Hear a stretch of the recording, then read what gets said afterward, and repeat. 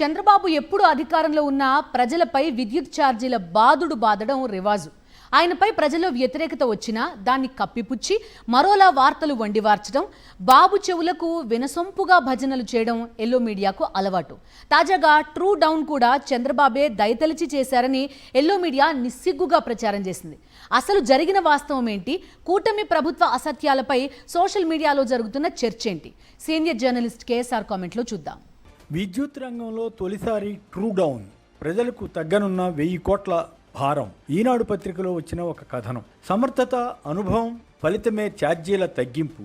ఆంధ్రజ్యోతిలో వచ్చిన వార్త చంద్రబాబు స్టేట్మెంట్ రూపేనానో లేక వీరు సొంత కథనాలో ఇలా రాశారు. ఈఆర్సీ సీరియస్, సర్కార్కు షాక్. దాదాపు 1000 కోట్ల అడ్డగోలు వసూళ్లపై గట్టిగా మొట్టికాయలు. సాక్షి దినపత్రిక ఇచ్చిన వార్త.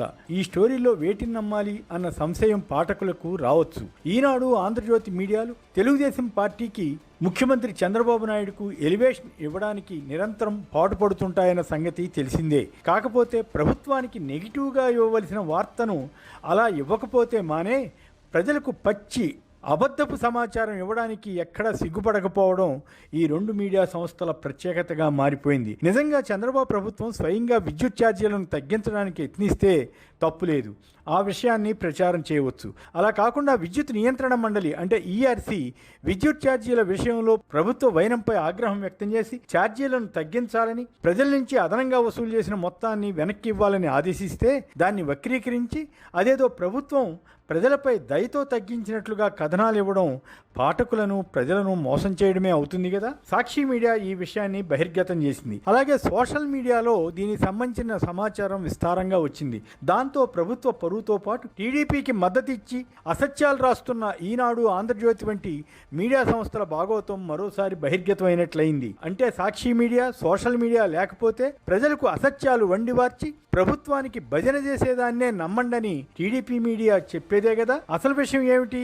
ఏపీ ప్రభుత్వం ప్రజల నుంచి 2787 కోట్ల రూపాయల మేర విద్యుత్ ఛార్జీలను అదనంగా వసూలు చేయడానికి విద్యుత్ నియంత్రణ మండలి అనుమతి కోరింది. కానీ ఈఆర్సీ మాత్రం 1863 కోట్ల అదనపు వసూలుకే అంగీకరించింది. అయినప్పటికీ ప్రభుత్వం అనండి, డిస్కంలనండి ఆ ఆదేశాన్ని పాటించకుండా మొత్తం 2787 కోట్లను ప్రజల నుంచి అదనంగా వసూలు చేశాయి. ఈ విషయం ఈఆర్సీ దృష్టికి వెళ్లడంతో నిర్దిష్ట అనుమతించిన మొత్తం కన్నా ఎక్కువగా వసూలు చేసిన 923 కోట్లను వెనక్కి ఇచ్చేయాలని ప్రభుత్వాన్ని ఆదేశించింది. అంటే దీని ప్రకారం యూనిట్కు 13 పైసలు వెనక్కి ఇవ్వాలన్నమాట.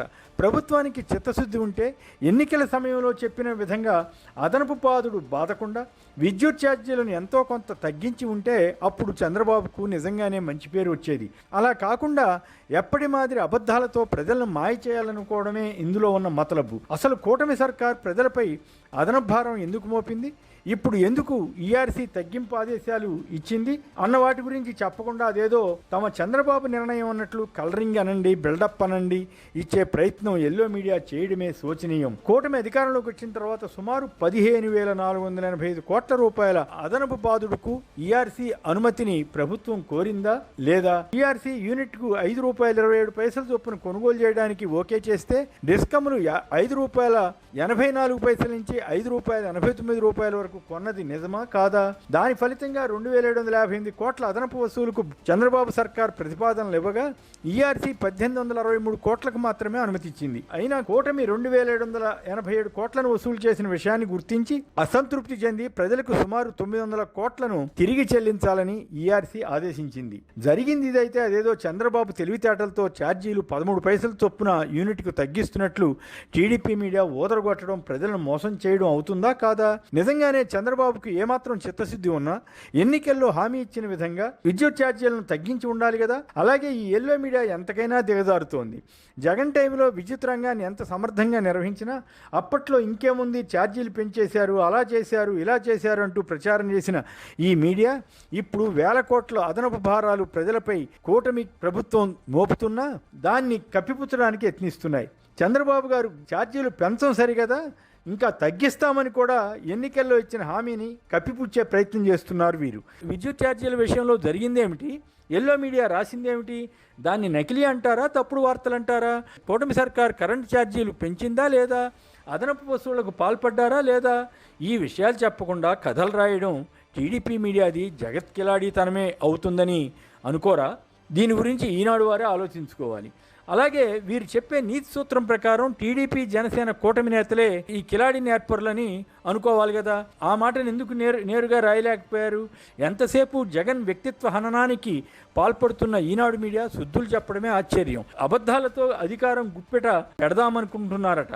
ఇప్పుడు ఏపీలో తెలుగుదేశం కూటమి ఎన్నికల్లో ఇచ్చిన హామీలేమిటి, వాటిలో ఎన్ని నెరవేర్చారు, వాటిలో ఎన్ని అబద్ధపు హామీలు అన్న దానిపై ఎన్నడైనా ఈ ఎల్లో మీడియా ఒక్క వార్త అయినా ఇచ్చిందా?